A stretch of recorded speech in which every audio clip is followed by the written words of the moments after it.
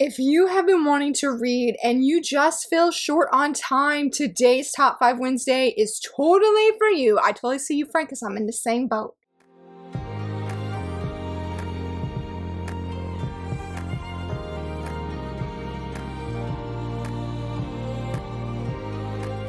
Hello friends, happy Wednesday. So very excited that you're here. The summer is in full swing. My kids have been at home out for the summer. I feel like I am just in a period of gaming, which I am okay with because I really do love gaming, but my reading has taken a hit really hard. I don't think I've read anything for several days now. So I think the last manga that I read was for my first impression video on Friday that I did. And so as I was brainstorming and thinking what kind of video could I do for today, I was like, what about standalone manga, just those one shots where they are short, you can read them in one sitting if you want, and then be like, yes, I read something. Sometimes, you know, because I like reading something so I can check off something, not usually the reason that my main motivation, but usually manga, I just love reading it. It is my stress reliever, it makes me happy, and so that's a win-win scenario. But again, I've been doing a lot of gaming, and so yeah, if you have been wanting to read and just feeling like life is too busy, maybe your kids are at home as well, maybe you're going on vacation, or maybe just work has been chaotic and you're just like, I feel like I don't have the time, I'm going to be sharing my top 5 one-shot manga that I really enjoy. Though we'll go ahead and start off with number 1 because I actually don't own this anymore. And so for number 1, I am saying Haru's Curse. I don't think I have a video on this channel. I read this when Marg at Margaret's Manga was hosting a book club. If she has the video, I know me, Marg, and Bazaar at Bazaar Individual, both amazing people. I love them so much. She did, a live stream, and we talked about it on there, and I shared my thoughts on her live stream rather than doing an actual video review. If you're not familiar with this series, oh my goodness, I cannot remember the name of it. I'm going to share the series cover right here. This is her like ongoing, very popular series in the US. They are the same creator. Haru's Curse is like a psychological Josei sort of romance because it sort of asks the question of what would you do if you had a sister, your sister passes away due to, I think it was cancer, unfortunately, and you start having feelings for your dead sister's fiance to the point where you both start dating. That's a loaded question, and that is a question that is explored in this one-shot volume, though technically it's a 2-in-1, combined it into one as an omnibus, so I'm still counting it since it's one volume in English. I know the sister's name is Haru, but I'm blanking on the female lead, but yes, unfortunately, her sister passes away. She loved her very deeply. Her sister's fiance, Togo, comes to our female lead and expresses because Haru was going to have an arranged marriage with Togo, and she loved him very deeply. And so, due to the bloodlines of sort and everything like that, he comes to the female lead saying, hey, I still need to marry someone in your family. You're sort of like the last one standing here, and I would like to date you. She agrees, but only if he takes her to all the places he went on dates with her sister Haru. And so that unfolds this very impactful, emotional volume. The reason I don't have it anymore is because it is very heavy. It is not something I would typically read. Seeing the female lead really struggle with this guilt was very much real, and I just knew that I would never come back to it, but it's still a manga that I do think fondly of and have thought about like picking up again, because I really feel like the ending, as someone who has lost a family member due to a tragic motorcycle accident many years ago, the ending with the female lead and that guilt of still being alive. I don't feel as much now, but those several years after my dad passed away, I've never seen grief represented so much like my own journey when it came to that ending, that it really stuck with me and struck me very hard. And I think that's why it's hard for me to come back to this series, even if I'm very different from the female lead and how she handles things is very different than what I would do. I just feel like the way things were shown and expressed was was very relatable to me. I was definitely very invested into the romance and seeing how things would change for both of these characters, how they were going to move forward. Would they even move forward? Because it sounds wild to think that they are dating with all of the history that has happened. It's something though that is at the forefront. So if it's sort of like, well, the female lead sounds like a horrible person, and she even mentions that she knows people think she's probably a horrible person because of what she's doing. She is constantly thinking of her sister, even though her sister has passed. And I think there's this really heavy overtone to the series because the main female lead tells Haru at one point that she's going to follow after her very soon. When it does seem like she is there, she is ready to unite with her sister afterlife, that Togo steps in and he tells her, like, if you leave, I'm coming with you. And that's the one thing the female lead does not want, because she knows that Haru deeply loved this man and wants him to stay alive, wants him to be happy. And she's like, no, anything but that. You have to live, you have to be happy. And he's like, well, you have to stay alive then. And so it's sort of this, almost, when I say like that, sounds almost like guilt tripping. And I feel like it poses this other question: is he wrong for guilt tripping her, the female lead, so that she will stay alive? There's a lot of these questions that are asked that really makes you think of, who is the bad guy here? Is this couple wrong for wanting to be together when they're trying, or at least the female lead is trying to keep her sister's memory alive? It's a very, very engaging read. Please check out Trigger Warnings. I still very much love it. And I read the preview, or I guess it'd be like the preview on, was it Google Books? I think it was, when I was looking for a like good solid chunk to like have a refresher, because it's been several years. I would say it's in my top 5 one-shots I've ever read that was very strong for me, like the emotional reaction I had and the way, again, I've just still thought of it. Again, it's heavy though. It's not a fluffy, feel-good read like we going for the second one. For number 2, I am saying The Secret of Friendship. I love this manga so much. I was rereading it last night and it just brought me so much happiness. It is about our 2 female leads right here. This young lady is more or less the main heroine, I should say. Her name is Echo and this is Mo. I think I'm saying their names. I think I got their names right. But yes, the thing is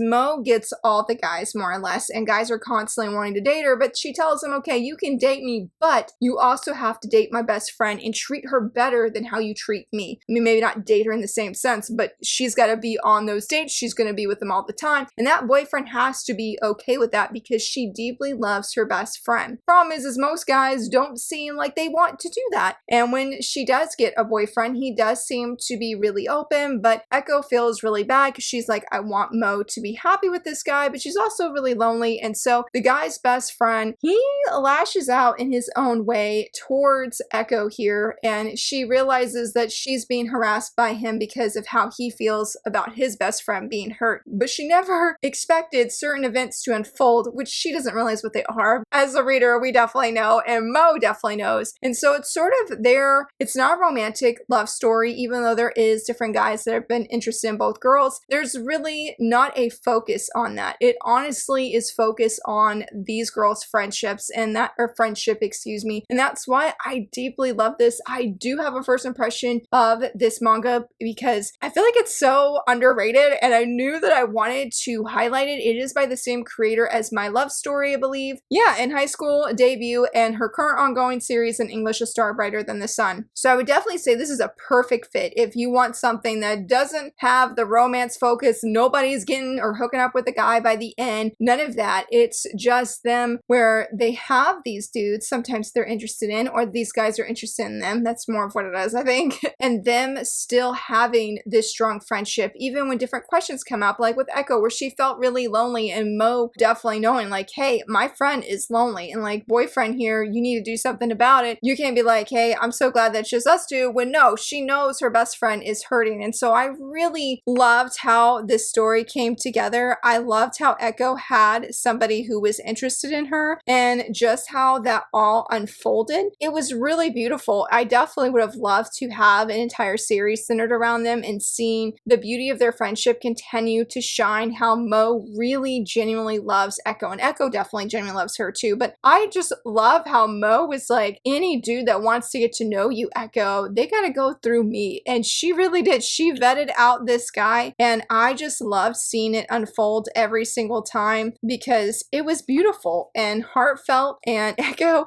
I wish she had some more self-confidence because she definitely didn't see the signs that some guy liked her. Mo did, but she could not see it. She's like, oh, well, they're probably just trying to get close to me so they can get close to Mo. When no, that was not it. It was very beautiful, very heartfelt, a lot of fun. I didn't read all the way to the end yesterday. It does have like a little mini unrelated one shot that's with the manga, I believe, but it was a really beautiful ending and I felt it was very satisfying. And I think if you want something that's a quick, easygoing read and makes you or reminds you of the value of the friendships in your life, definitely check out this one. For number 3, I should have done a refresher on this because it's definitely been a hot minute. This is a nonfiction documentary.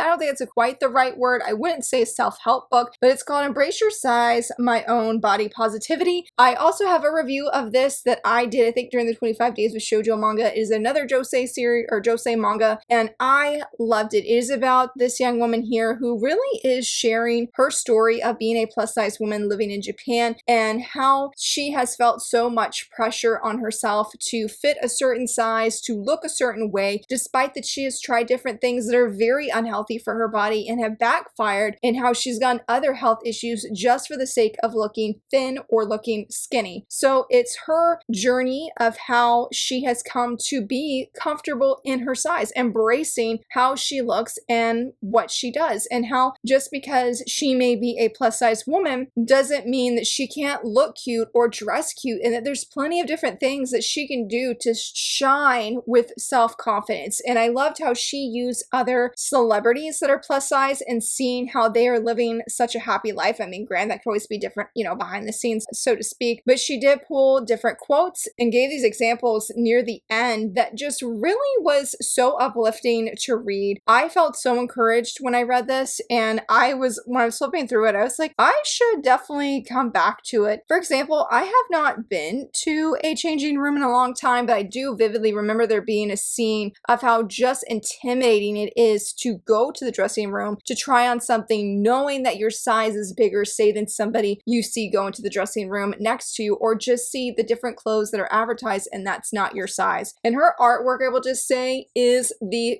cutest. She looks so adorable. And again, I feel like this is such an encouraging read to, I want to say, learn how to be comfortable in your own skin, but I think just seeing like, hey, you can love yourself regardless if you're not quite the size that maybe you want to be, but you are still beautiful regardless of size. So this is a wonderful read, and as you can see, it's really small. I think it's even smaller than The Secret of Friendship, I think. Yes. So it's definitely not a big time investment. I read it in one sitting, and I love the back, by the way. I need to see what her handle is on Instagram because I think how she started promoting herself as an artist was through Instagram, and with how cute her art style is, I could totally see why. So yeah, I wish I could say more about this one, but I would just say it's an encouraging read, and if wanting something that's not fiction, this is definitely one I would suggest. For number 4, I also reread this one, and I'm so glad that I did because I totally forgot how cute this is, and that is Hotori Hote First Kiss. This is a collection of 4 different stories. It's by the same creator as Fall in Love You False Angels, and oh my gosh, I loved how each of these couples, these stories were so different from one another, though they did have the common theme of having their first kiss. I also have a review on this channel as well. I really enjoy Shoujosei one-shots, and I feel like we don't get a lot of them. I definitely know there's others that came to mind that I'm like, yes, I need to read that. But coming back to this one, I just found this a really easygoing one-shot to pick up because since it does have those 4 different stories, you could read them at 4 different times and it'd be totally enough. Or if you just want to binge read straight through, which I did that, then it's perfect that way as well because each couple was so different. I loved this couple though a lot. They were the glasses couple, and I just loved everything with that. I'm trying to figure out what can I say without going into spoilers about each one. The art is definitely wonderful, which is no surprise considering Fall in Love with False Angels has really beautiful artwork. This particular story was my favorite. It's Maybeee and Maybeee, I think is the name of that one. Yes, I love them. It had like some delinquent undertone vibes, and I love having sort of the grumpy girl who is very tundra, but you know, if you want something that has not an age gap, because I was not bothered by it, but like a senpai and a kohai. The first one definitely had that, and it's interesting because when I did the review, the first impression of this, I mentioned I didn't love the first story because I couldn't get the calligraphy part aspect of it, but then when I came back to it, I was like,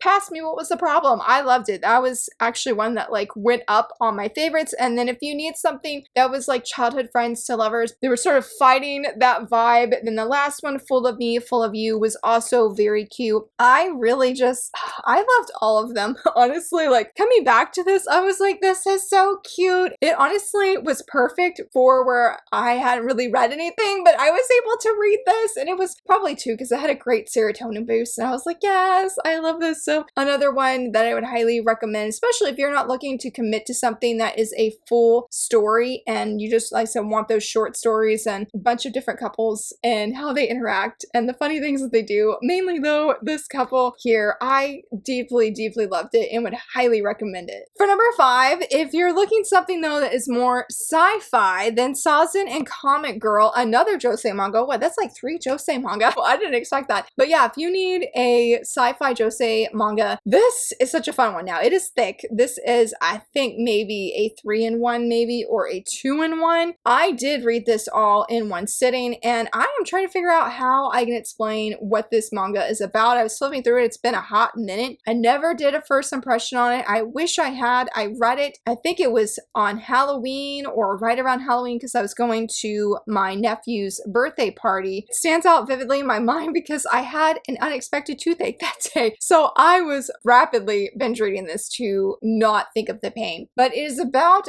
our male lead, because yes, this is told from the perspective of the male lead. He works in outer space. Like, he lives though on Earth, but he goes to outer space to do work up there, and there's this rumor of this comic girl that brings destruction. Well, when he sort of misses the bus and he's stuck at this bus stop out in outer space, he ends up meeting Comic Girl, and she is nothing like these rumors have been saying, where there's gonna be chaos and, you know, just everything bad. No, she was so upbeat, she was happy, she was a joy to be around, and he wants to keep hanging out with her, but she is like, if you hang out with me, danger is gonna come and you could get into some trouble because everybody's always after me. She couldn't have said it better, because yes, he gets roped up into a crazy adventure with space pirates, AI, humongous stakes where like planet Earth is at stake kind of thing, like huge stuff. But he does not regret for a single second being around this comic girl and helping her in the way that he can, despite that she is OP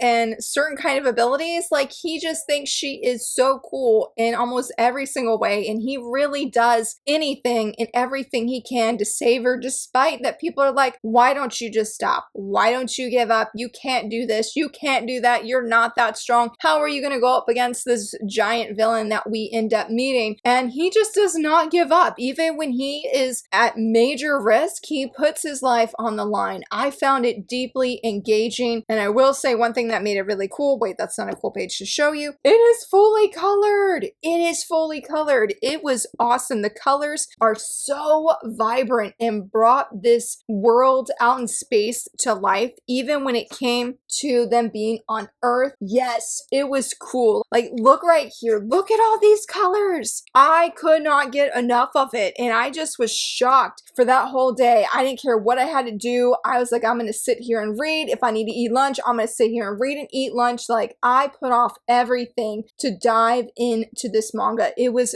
gripping. Seeing other side characters that started out sort of like these, or seemed like these bad guys, have this redemption arc was everything. Honestly, I need to come back and do a first impression because I think several people would like it. And if you're sort of like put off by me saying it's science fiction, nonfiction. I don't feel it was so big-brained that I could not get it. Honestly, I would say more in the science fiction. For the first part, it very much is set in space. I mean, all of it is. But I loved the twist that unfolds near the end when you finally meet like the ultimate bad guy. I honestly need to read that section again because I feel like the creator was saying something so spot on, but because of the toothache and everything, and then having to I was trying to rush read so I could get it read before I left for my nephew's party, that some of it, I wouldn't say went over my head, but some of it I felt like I didn't fully comprehend and take in, but it had this really powerful message that honestly at the end of the manga, I felt like I was very happy with how it ended, because despite that the male lead is very much interested romantically in the female lead, this isn't a romantic story. So I was happy with how everything unfolded and certain things came to light, but just the messages, man, I feel like it really made me think, and that was not something I was prepared for when I started this. I'm pretty amazed because considering that I set for Embrace Your Size, that I read these first two here and even Haru's Curse before reading this to give myself a refresher, I felt like I was able to talk a lot about this one. And I guess again, that's just a sign that I need to come back to it. And there's so much more I wish I could share, spotlight about it, because it's just one that I feel like goes under the radar. And it's like, if you're looking for manga that's very different, that's not say high school contemporary romance, though I try to make sure to have my nonfiction as well. But if you don't want just high school contemporary romance, Sazan and Comic Girl is one that you honestly should check out. It really shows that the diversity, I feel like, of Shoujosei, that it's not all just romances and it's not just all say from a female perspective. Like, there's so much that this big honkin' one shot can offer for readers. So I would highly recommend checking it out. And honestly, I would recommend checking out all of these. Maybe I didn't do some of them as justice as I wanted, but I really just was so thankful. I mean, like, this prop was so timely for me and coming back to these one-shots, because I feel like at times it's sort of like, do I really need to buy a one-shot? I'd rather be like, say, collecting Yona, like if your money's got to go somewhere. But I do find again that if you're short on time and you just need something or want something to brighten your day, one-shots are really great for that. Especially, I am participating in a summer bingo reading thing that someone is hosting on my Discord server. It has been so great to just be able to come back and be like, man, I can check off a box because I found a one-shot manga I can read in one sitting. That is really nice. And of course, then you don't have to worry too about remembering that this happened for the next volume. Just know that you can read it in one sitting. But I would love to hear from you, friends. What are some of your favorite one-shot manga, whether that is a shoujo or some other demographic? I would love to know, because I would love to get more into them, because again, they are perfect time savers to read whenever you're like, don't got a lot of time, but I can at least read this. And if you enjoyed this video, please give it a thumbs up and subscribe. And thank you so much for watching. Bye!